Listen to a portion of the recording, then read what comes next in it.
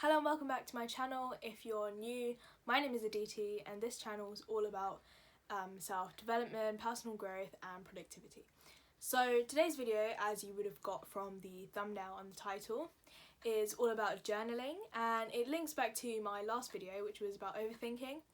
So I'm going to go into that in a bit more detail a bit later on. But yeah, I personally journal myself and I think it's a really good practice. And yeah, I'm just going to talk about it and what I think, what I personally do, and why you should be journaling as well. Okay, so first of all, what is journaling? So as a child, you may have had like a diary or something, and that diary is equivalent to what an adult would call a journal. So in that diary you may have written about what happened in your day, if you had any arguments with anyone, or if, I don't know, like something you were just really excited about that day. A lot of children I should say, do it in the evening. It's the same sort of concept, but you're going deeper than that as an adult, and journaling doesn't have to be done at a set time. Usually for diaries it's in the evening, but for journaling it can be the morning or after an important event, or in the evening, you know, just whenever you want. You're organising your thoughts and just events that are happening, and you're putting them onto paper, because basically what writing is organisation. So you're taking everything from your mind and putting it down on paper. That's the main essence of it, and kind of just frees your mind. So we're trying not to keep everything up there because it takes up a lot of processing power. It actually helps you sleep better. Some people have journaling prompts. There are journals that you can buy with prompts written within them. So that was a bit about what journaling actually is. Now I'm going to go into why you should journal, and this is going to be the majority of the video. So journaling, first of all, allows you to write down all your thoughts, and it allows you to kind of just pour your emotion onto the page, and that can be really good because messy thoughts in your head can become sentences, and just doing that gives you quite a lot of clarity in itself. And yeah, that links to my overthinking video, because now you're taking all those thoughts from overthinking and now you're putting them onto a page where you can clearly see them. But also another thing that it does is it stops you repeating the same thoughts over and over again, which is kind of just the foundation of overthinking. As you write down your worries, you'll get to a point where you just can't write anymore. Everything that you've been worrying about has already been written, so it kind of just stops you repeating the cycle of negative thoughts. And that is the main reason why I journal. But I want to add to that, if you are journaling to get negative thoughts and emotions out of your head and onto paper, try to end with something positive. And by doing that, you're reframing the situation and allowing for more positive thinking to happen. So at this point you may be like, oh okay, that seems cool, but how do I actually go about writing? Like, what do I write about? And I think that's quite a common question within the world of journaling, let's say. Honestly, it's your journal. You can write about whatever you want. There's a lot of different types of journal. So there's a food journal.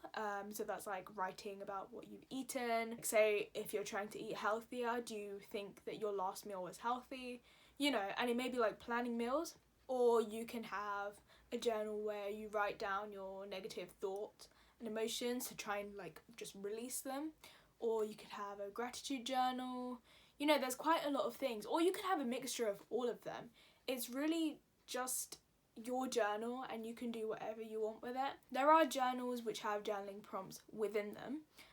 So if you're looking to get into a specific type of journaling, those can be quite good. Quite a lot of people find those useful. Personally, I just have a lined notebook for myself, and I find that gives me quite a lot of flexibility about what I can journal about. But if you are looking to get into one type of journaling, then a journal with journal prompts in it can be quite good. So I think you have to make that decision for yourself. But in terms of how you should actually write in your journal, it's completely up to you. But what I do is I write as if I'm talking to a friend, or just someone of the same age as me, someone who understands me. This person is completely fictitious. It's kind of like if I was talking to myself, but as another person. So yeah, I find doing that quite nice, and I write really informally because at the end of the day no one is looking at it except for you. You can have spelling mistakes in there, it literally does not matter. But one thing I would say is try and form proper sentences, because as we said before, like one of the main points of journaling is to get all the messy thoughts in your head and put them down on paper so you can get that clarity that you want. But yeah, going back to what you want to write in it, it just depends on what you want to try and get out of journaling. I would say do a little bit of research into the types of journaling and see which ones resonate with you the most, and which ones would try and like help you become the person that you want to be, and how they're going to help you in that way. Another reason why journaling is really good for you is because it helps you get through problems and challenges, whether that be in your personal life, at work, or just anything really, because as we said before, it takes those negative emotions such as worry about the problem or challenge, and it allows you to think constructively about it. And if you are journaling regularly, you can look at previous entries and see if you faced a similar sort of problem before and how you overcame that. One thing I actually saw quite recently was journaling in bad times versus journaling in good times. So it was a video, and what the man was saying was we tend to pray a lot more in bad times than in good times. And the same applies to journaling. A lot of people journal more in bad times than in good times because they're looking for solutions, whereas you're not doing so when everything's all fine. But the message of the video was saying that we should journal in good times because we can write about our habits and how we're feeling during good times, and during bad times we can possibly recreate those to try and get back to the good feeling that was before. And also another thing with journaling for problems and challenges and trying to get through those is writing what your next steps are, like what your action plan is. That way when you look back at previous entries, you'll have the steps that you went through in the past to go through perhaps the same problem. And by journaling regularly, what you're doing is building up a bank of previous entries, and it may be that in the past you were perhaps a little more motivated for certain things, and so you can take that motivation from the past and bring it into the present. And another thing with journaling, which I really like, is that you are able to see your own growth. Like, I can look back in my journal and there's problems in there that I've written about that just don't affect me anymore, and I know that they won't affect me anymore because I've moved on, I've grown as a person. So just seeing that can make you really happy, and that can be motivation in itself. Another way you can journal really productively is by writing positive thoughts and positive affirmations.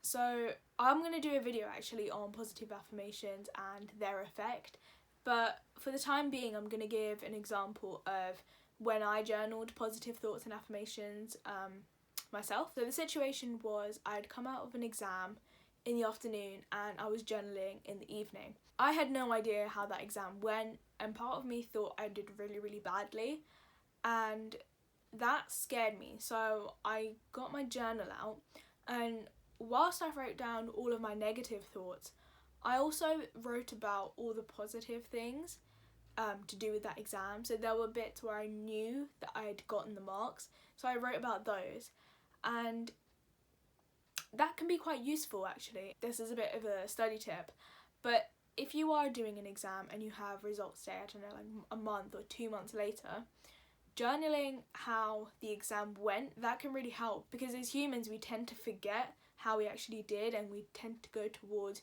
negative thoughts rather than positive thoughts. So by journaling positive thoughts, what you're doing is trying to actively reframe the situation in your mind to make yourself feel better.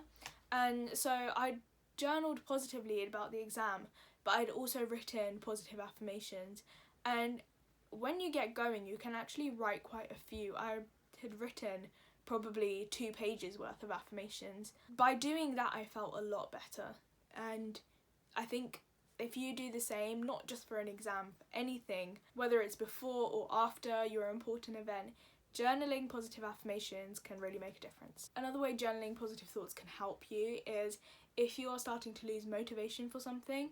So if you're facing something which is more of a marathon rather than a sprint, it can be easy to lose motivation at times. So by journaling positive thoughts, you're trying to keep yourself on top of things and motivated. And also by writing something that you're looking forward to, that counts as something positive. That can really help, and that's something my friend actually recommended to me, and I did that and I felt a lot better. So I talked a bit about gratitude journaling a bit earlier in the video, but I just want to talk about it a bit more now. So expressing gratitude has been said time and time again that it makes you happier, and honestly it really does, because you're focusing on the positives around you and the things that you already have that make you happy, whether that be friends, family, the house you have, job satisfaction, or the car you drive. It can be literally anything. And writing all of this down is really good for you because, as I said before, you can look back at previous entries and see how your gratitude has changed, or just go back to those entries when you're feeling down and remind yourself of all the things that you have that you should be grateful for. Also, the one big thing about journaling is that it's proven to boost your mental health, whether that be through doing positive affirmations, writing them down, or by gratitude exercises and journal prompts, so write 3 things that you're grateful for today. All of those things can go a long way in improving your mental health. But the biggest thing that I would say that journaling helps you with is self-awareness. As you write down, say like what's happening in your day or the emotions you're feeling, over time you start to notice patterns and you start to question yourself, and that way there are opportunities for growth as a person, and that can take you a long way, and it becomes almost like an honest record of your life, and you start to notice your toxic traits, or you start to think more about what your aspirations are and how you're getting there, your goal setting, things like that. There's even been studies done, and one university study found that you are 42% more likely to reach your goals if you journal than if you don't. And I think the journaling really does help you with all aspects of life, as long as you do it regularly and you're really honest about what you're journaling and your thoughts and your feelings.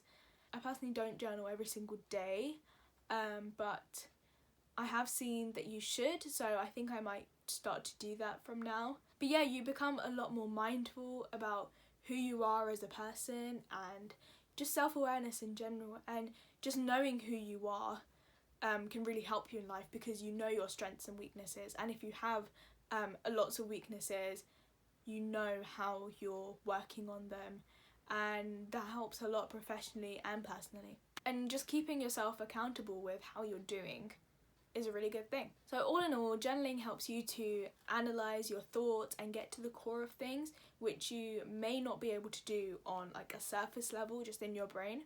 And a lot of the things that you're actually doing while journaling are done within traditional talk therapy. Just with journaling and writing it down yourself, it's way cheaper. But yeah, if you find yourself overthinking, it can stop spiralling thoughts. It's almost a process of letting go, but it's also there if you need to look back at the past to see how you dealt with things before, to see how you've changed as a person. But yeah, that's it for this video. I hope you enjoyed it. I hope you're as passionate about journaling as I am.